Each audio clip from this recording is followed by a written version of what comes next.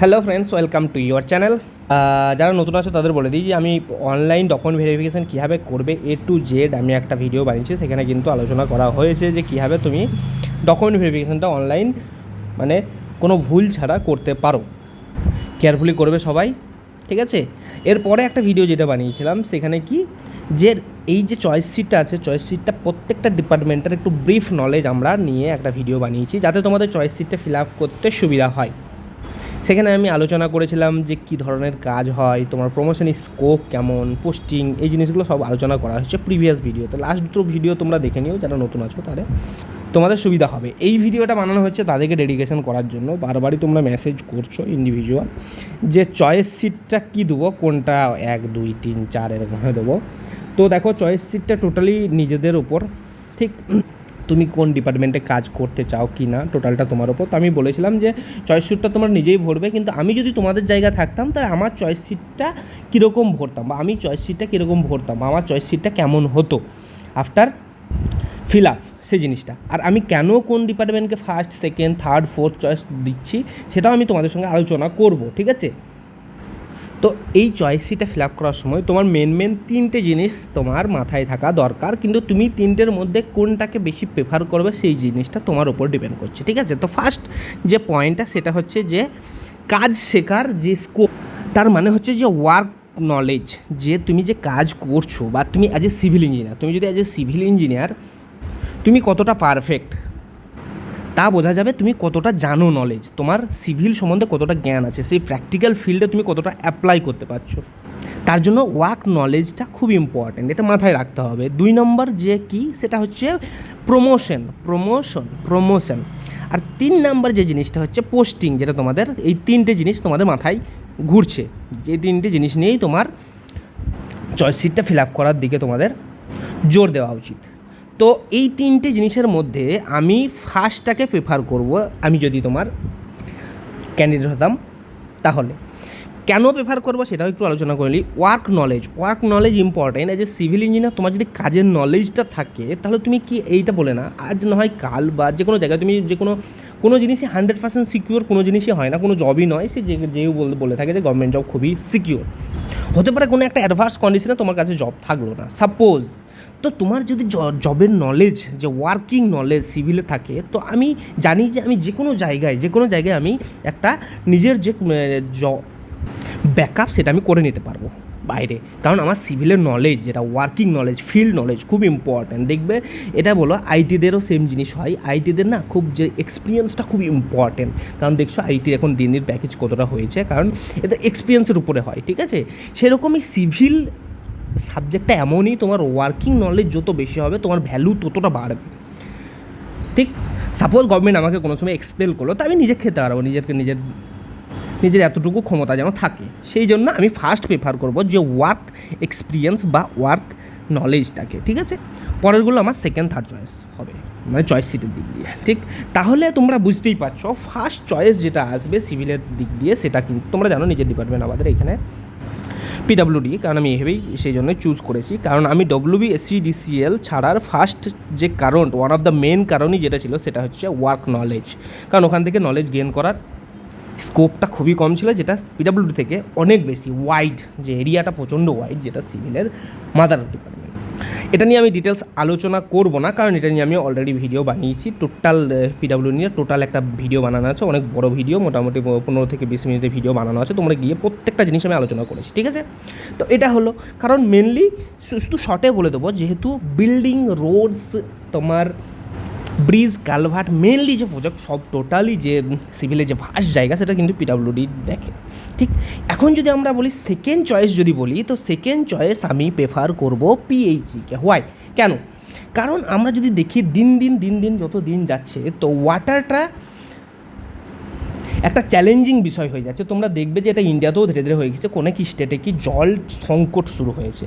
তো এই জিনিসটা না ফিউচারে একটা মেজর ইম্পর্টেন্ট জিনিস হয়ে দাঁড়াবে, সেই জিনিসটা। তো সেখান থেকে চ্যালেঞ্জিং ব্যাপার, এই জায়গা থেকে যে কীভাবে সেই জায়গা থেকে বের হয়ে আসা যায়, কীভাবে জল সংকট পৌঁছাতে না দেওয়ার জন্য যা করণীয় করছে সেটা PHE ডিপার্টমেন্ট কিন্তু করছে, ওখানে ইঞ্জিনিয়াররা। তো নিজেকে এই জায়গায় যদি ইনভলভ করে রাখতে পারবো, তাহলে মনে হবে যে সেটাকে আমি বেটার করছি। তো সিভিলের ব্যাকগ্রাউন্ড থেকে এই জিনিসটা খুব ইম্পর্ট্যান্ট একটা জিনিস, ওয়াটারটা যেহেতু একটা মেজর পয়েন্ট।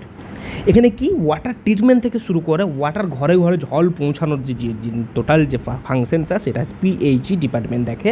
তো এখানে হ্যাঁ, এটা একটা এরিয়ার মধ্যে, যে ওয়াটারের রিলেটেড এরিয়ার মধ্যে স্ট্রাকচারাল পার্ট শুধুমাত্র যখন আমাদের কোনো স্ট্রাকচারাল পিএইচির আন্ডার কোনো স্ট্রাকচারাল জিনিস হবে বা তোমার ওভার ট্যাঙ্ক হলো, সেই জিনিসগুলোতে স্ট্রাকচারাল পার্টটা আসে, বাকি সময় কিন্তু ওয়াটার রিলেটেড এই জিনিসগুলো চলে আসে।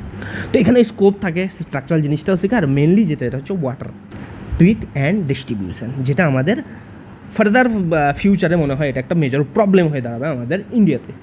সেখান থেকে বেরিয়ে আসাটা চ্যালেঞ্জিং ব্যাপার, সেই জিনিসে নিজেকে ইনভলভ করা। ঠিক আছে, থার্ড যদি আমরা ডিপার্টমেন্ট দেখব আমার দিক দিয়ে, সেটা হবে irrigation and waterway department third.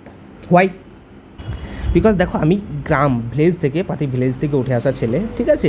তো আমি ছোটো থেকে দেখেছি যে কাল্টিভেশনটা কতটা ইম্পর্ট্যান্ট জিনিস। আমি নিজেও গেছি মাঠে। সো ইরিগেশনের জন্য ওয়াটারটা কতটা ইম্পর্ট্যান্ট আই নো দ্যাট।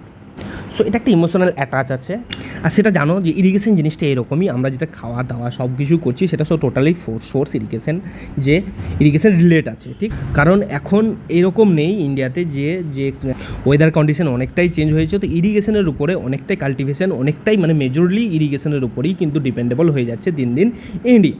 তো সেই জিনিসে নিজেকে ইনভলভ করাটা বেটার মনে করব।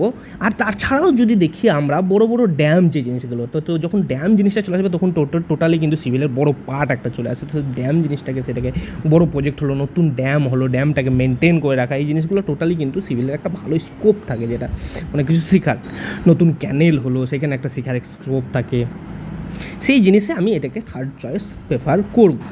ফোর্থ চয়েসের মধ্যে আমি যেটা দেবো সেটা হচ্ছে urban development and municipal affairs ডিপার্টমেন্টকে আমি ফোর্থ চয়েস রাখার সিদ্ধান্ত নেবো। কেন? তার কারণ হচ্ছে আমরা যেগুলোই দেখলাম, ধরো পিডাব্লিউডি এটাও ভার্টিক্যাল, পিএইচই এটাও ভার্টিক্যাল ডিপার্টমেন্ট, অ্যান্ড আরবান ডেভেলপমেন্টও ভার্টিক্যাল ডিপার্টমেন্ট। এখানে কি জিনিস, একটা জিনিস পজিটিভ জিনিস এখানে পাওয়া যায় যে পিডাব্লিউডি, পিএইচই, আরবান ডেভেলপমেন্ট, এখানে আমার যে হায়ার অফিসার হবেন তিনিও টেকনিক্যাল ব্যাকগ্রাউন্ড থেকেই হবেন, এবং যদি আমরা দেখি এগুলো বড় ডিপার্টমেন্ট সিভিলের দিক দিয়ে। ঠিক আছে, আর এটাকে চয়েস করার একটা কারণ যেটা মেজরলি হবে, সেই জিনিসটা হচ্ছে যে আমাদের আরবান যে জিনিসগুলো হয়, আরবান এরিয়ার দিকে যত সব ডেভেলপমেন্টের কাজ যেগুলো হয়, সেটা বড় যে কাজগুলো হয় ডেভেলপমেন্টে, সেই জিনিসগুলো কিন্তু এই যে আরবান ডেভেলপমেন্টের উপরেই থাকে।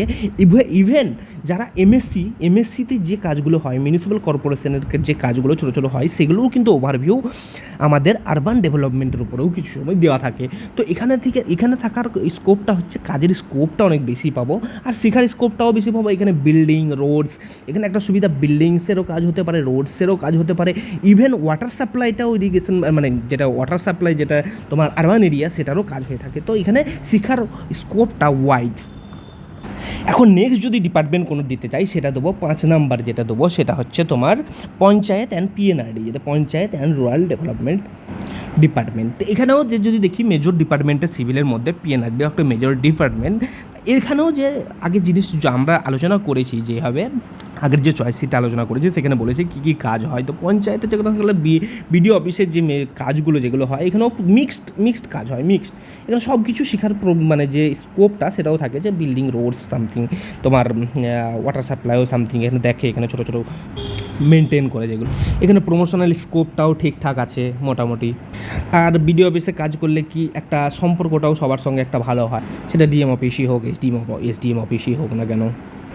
এখানে নেগেটিভ একটাই লাগে, যেহেতু টেকনিক্যালের যে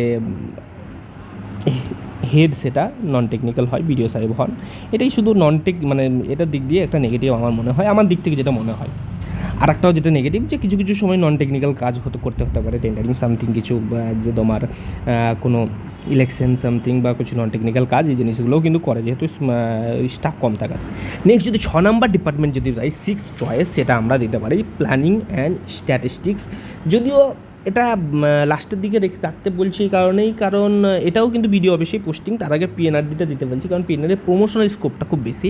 প্ল্যানিং স্ট্যাটিস্টিক্সে অ্যাট প্রেজেন্ট যে প্রমোশনাল স্কোপ খুবই কম, একদমই নেই বললেই চলে। এখানেও একটা এখানে নেগেটিভ পয়েন্টও আছে, যেগুলো দেখো কাজ সেমই করতে হয়, এখানে প্ল্যানিং আর পিএনআরডির যা কাজ সব সেম মোটামুটি। এখানে আরডব্লিউএসও যদি কারোর পোস্টিং পড়ে, সবার সব মিক্সড কাজ, একই কাজ, মানে একই, ওখানে 4টে পোস্ট থাকে, তার মধ্যে যখন এই ডিপার্টমেন্টগুলোকে দেয় যার কাজ সব মোটামুটি একই। এখানে পিএনআরডি যে কাজ করে সেখানেই যে প্ল্যানিং স্ট্যাটিস্টিক্সও করে, আরডব্লিউএসও করে, তো কাজের স্কোপ সব একই। নেগেটিভ এখানে পিএনআরডির পরে এখানে এটাই দেওয়ার কারণ প্রমোশনাল স্কোপ খুবই খারাপ। আর এটা হচ্ছে ডিএমের হেডে, ধরো পিএসসি রিক্রুইট করে দিল, সেটা ডিএমের হেডে দিয়ে দেয়, কোনো একটা ডিএমের হেড। ডিএম কী করে ব্লক ওয়াইজ তাকে পোস্টিং দেয়।